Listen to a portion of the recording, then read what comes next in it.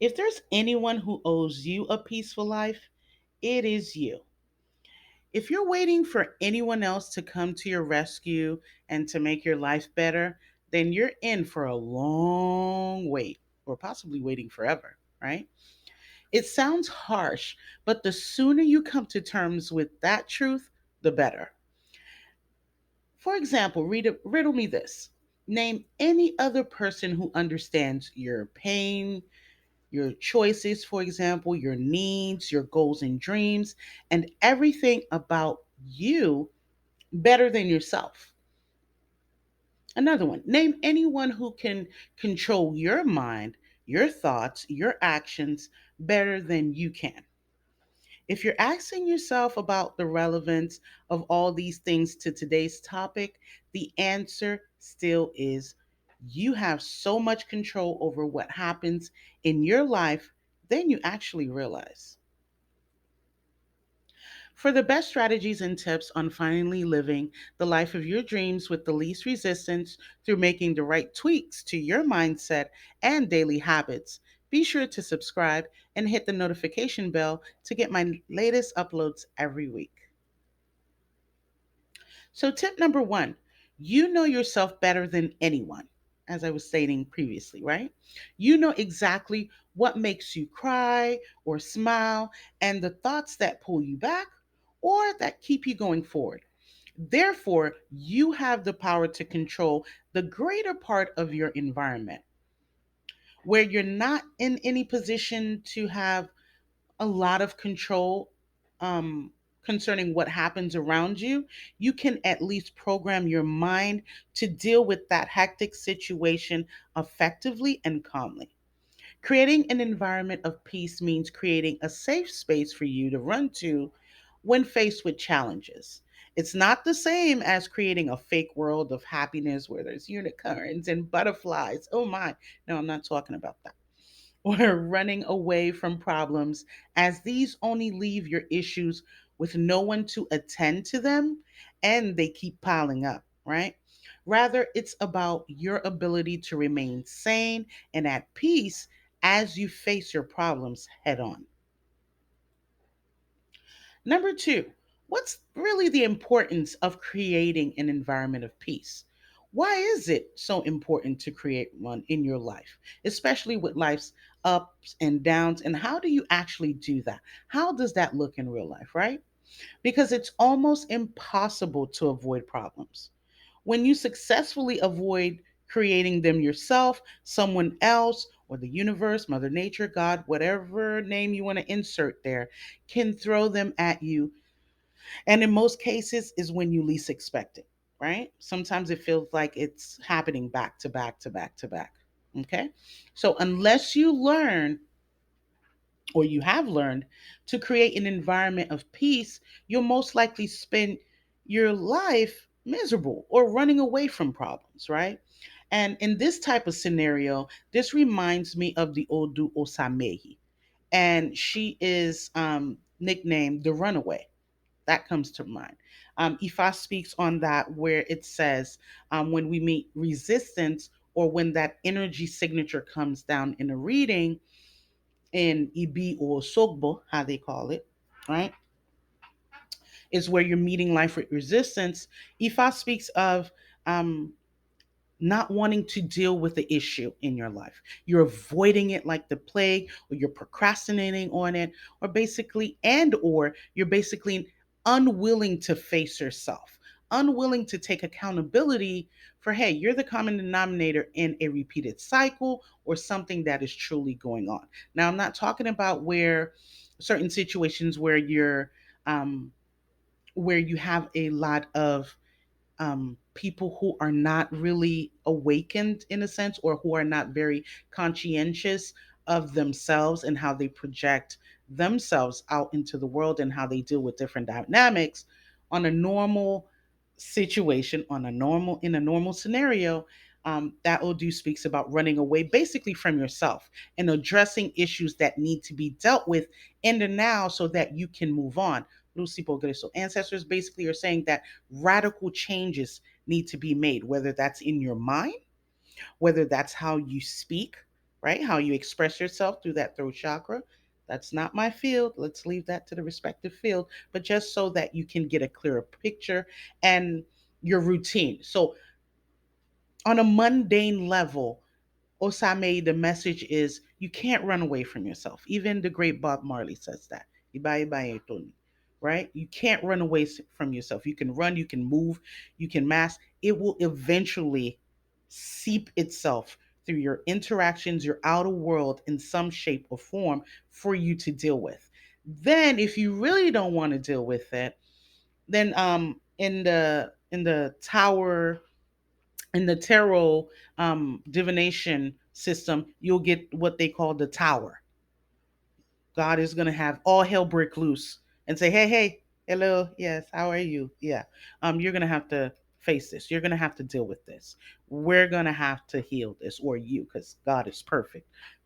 You as a human being, because that's what we're here to do, right? We're here to evolve. We're here to learn.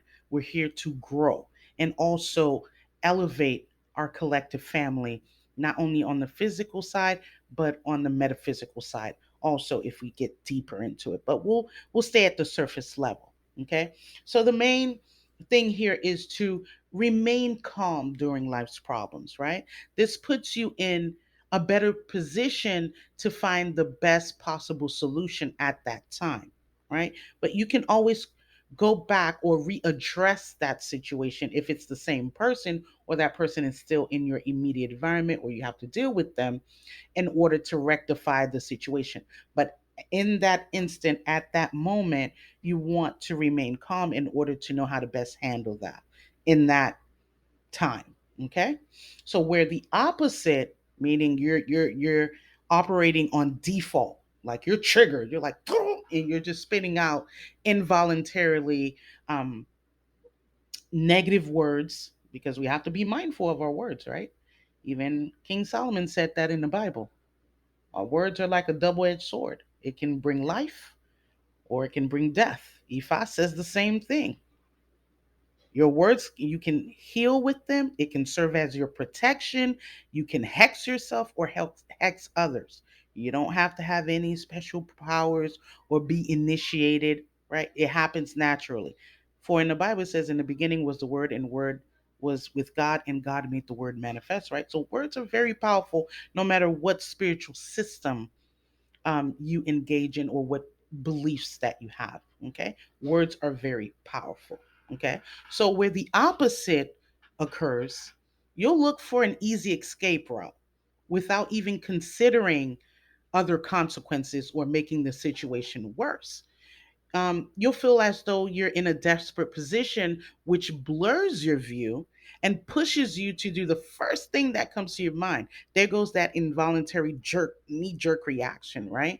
We don't want to do that. We want to address the situation right then and there, but we have to communicate from a place of peace, from a place of being the eye of the storm and not the storm itself, because we don't want to escalate the situation or make it worse.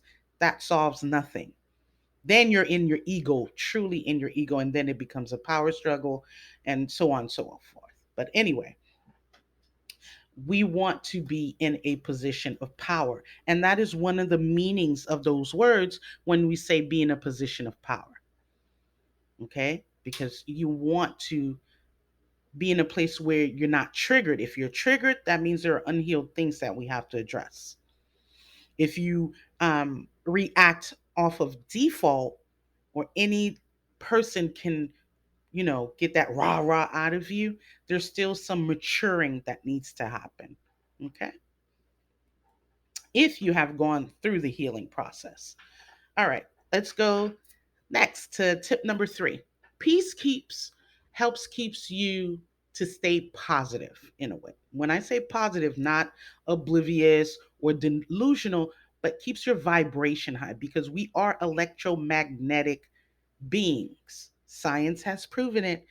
So our ancestors been saying it. Okay. So science has proven it. So we're not talking, out of our mouths. We're not, woo woo, all this. No, we don't do woo woo over here. We don't do wishes. And, this is metaphysical science, and physical science has proved it. Okay. So peace helps you to stay positive. Creating an environment of peace in life's ups and downs keeps you from magnifying your issues. Where a problem is a molehill, you don't want to make it become a mountain. Okay.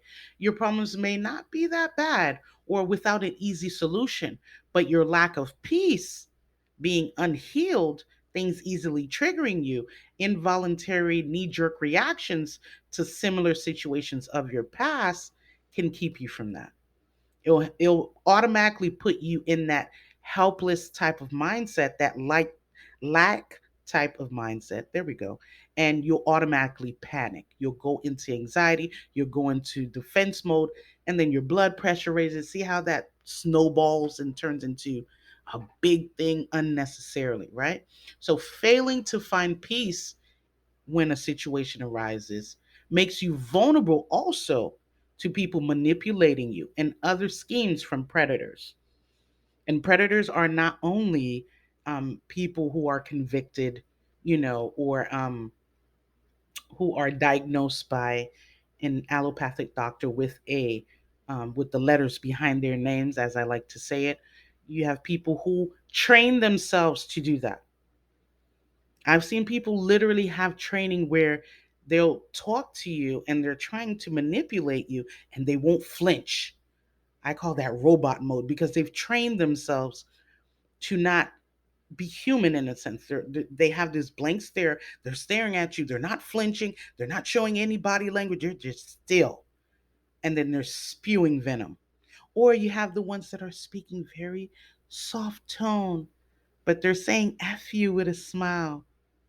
And if you're not aware and you don't have that spirit of discernment or your internal clock, compass, whatever you want to call it, gut instincts to be hyper aware, you will not notice it because your ears, your physical ears are perceiving a softer tone, but that person is coming off soft physically, but their words are spewing venom. So you have to be mindful. That's why we don't want the knee jerk reactions. That's why we need to heal. And it's an ongoing process, it's not a one time deal. Okay. So we have to be very mindful of that. People will train themselves. And I've come across those people. I'm like, oh, poor boo boo. Poor boo boo. I see you. I see what you think I don't see. I hear what you think I don't hear. And I perceive what you think I don't perceive. I've trained myself, thankfully, to my spiritual court, my cuadro spiritual, to see beyond, to be in both worlds because I meet, light attracts dark. This is how it is. Even God of the Bible says he works in duality and doubles, right? And we see that in the natural world.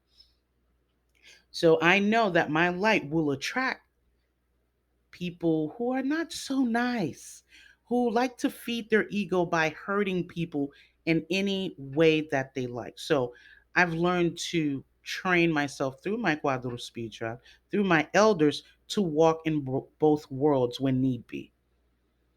Because people's ancestors are sneaky, yes. People have ancestors who walk with them, who veil their energy, who veil their their monster or demonic side.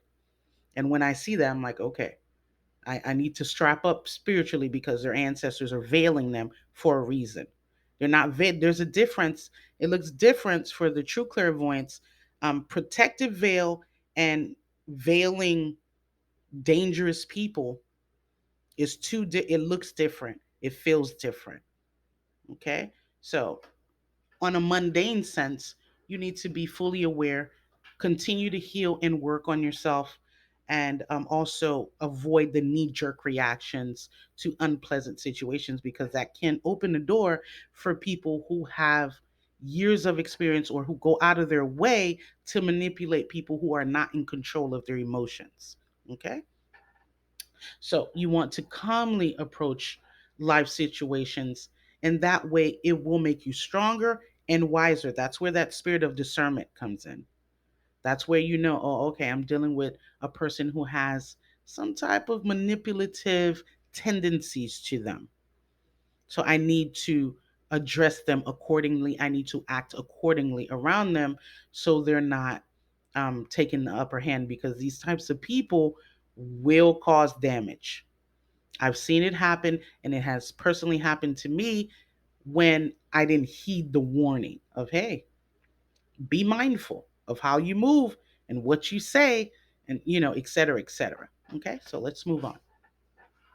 At the end of the day, you'll get to know how much you can take as you learn life's lessons on how to deal not only with problems, but with other people too, as I've stated before.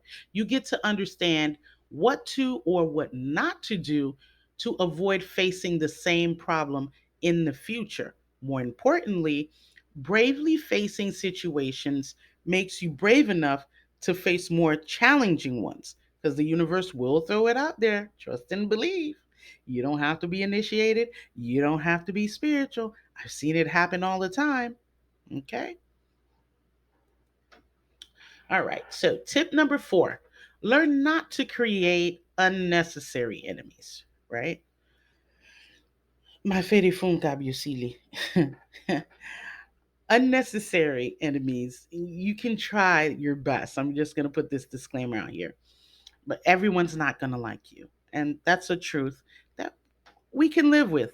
Okay, a lot of leaders, a lot of spiritual leaders, they had their oppositions too. So who are we not to have our own little, oh, I don't like her, or oh, I don't like him. That's okay as long as you stay in your little corner and I stay in my little corner, and we're not entertaining the middle parties who can go back and forth in the low vibrational energy of gossip, then we're okay. You can hate me from afar. That's fine with me. And I'll just, like Ifa says, we keep our eyes on our own mats. Okay? So, learning to be at peace when facing problems preserves relationships. So, you're not taking them out on others unnecessarily. You shouldn't be taking your problems out on people or your frustrations. Communication is key.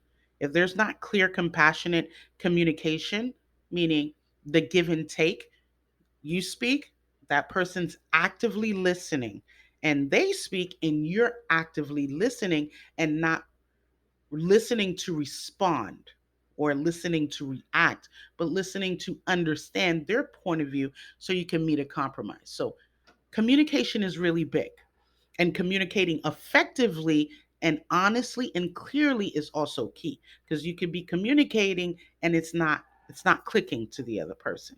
Now, I'm not talking about, again, people who do not want to understand.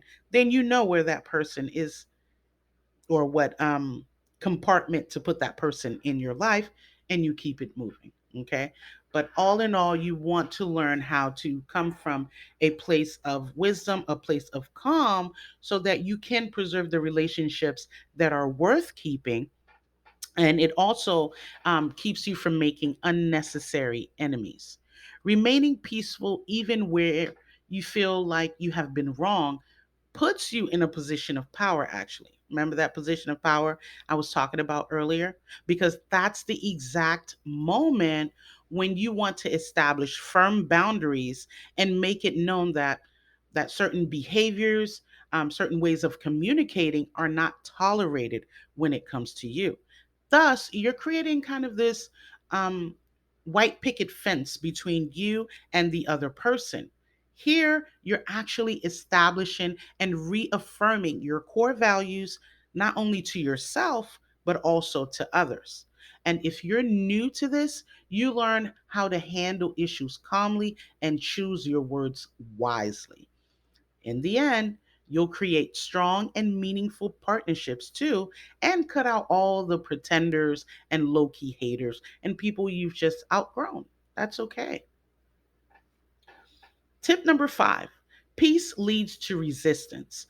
A peaceful environment in life's problems will make you more resilient. Okay.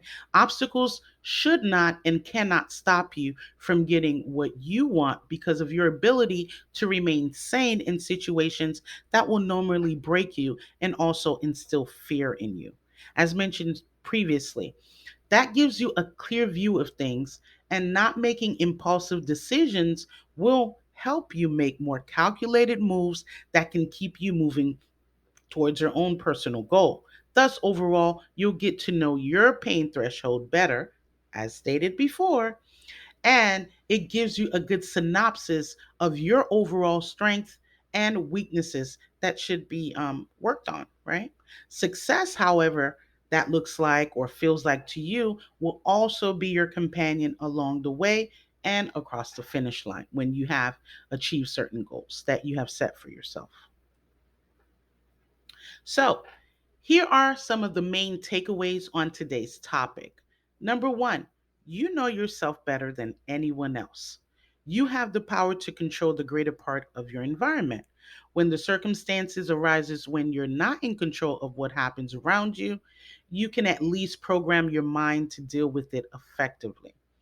Number two, sometimes it's not what happens to you, it's how you initially respond and or react to what's going on in the moment. Creating an environment of peace in life's storms keeps you from magnifying your issue. Failing to find your peace in your problems makes you more vulnerable to manipulation and other schemes from predators.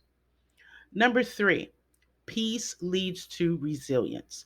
When you take the time and put in effort into remaining calm during life's storms that would have normally broken you and also would have instilled fear in you, this time around, you'll be able and better equipped to handle the situation wisely. So, as I've stated before, overall, this will give you a clear view of things, and that way you're not making any impulsive decisions or reacting out of default. This, in turn, will help you move in a more calculated and strategic manner. Because at the end of the day, your mental, physical, and spiritual health is your sole responsibility and should be on the top of your list. Remember, in the Odu Babae Yogbe states that it is the head that carries the body, so don't lose your head. And when it's all said and done, you'll be in a better position to define your own meaning of what success looks like, what it feels like, and not relying on the outside world so heavily to define that meaning for you. Okay? So now that you've gotten some new tools under your belt, are you ready to apply what you just have learned? I really hope so. By the way, I've created a workbook to go along with today's subject to help you to get a jump start on creating and implementing lasting, real change in your life. You can find your free copy below in the description box. If you need more help, you know where you can find me at themoralcompass.com, where I'll provide more tips and tricks to help you on your journey. Also, if you're new here, please don't forget to like and subscribe to the channel. I would love to have you a part of the family, and I'll catch you in the next video. Stay blessed.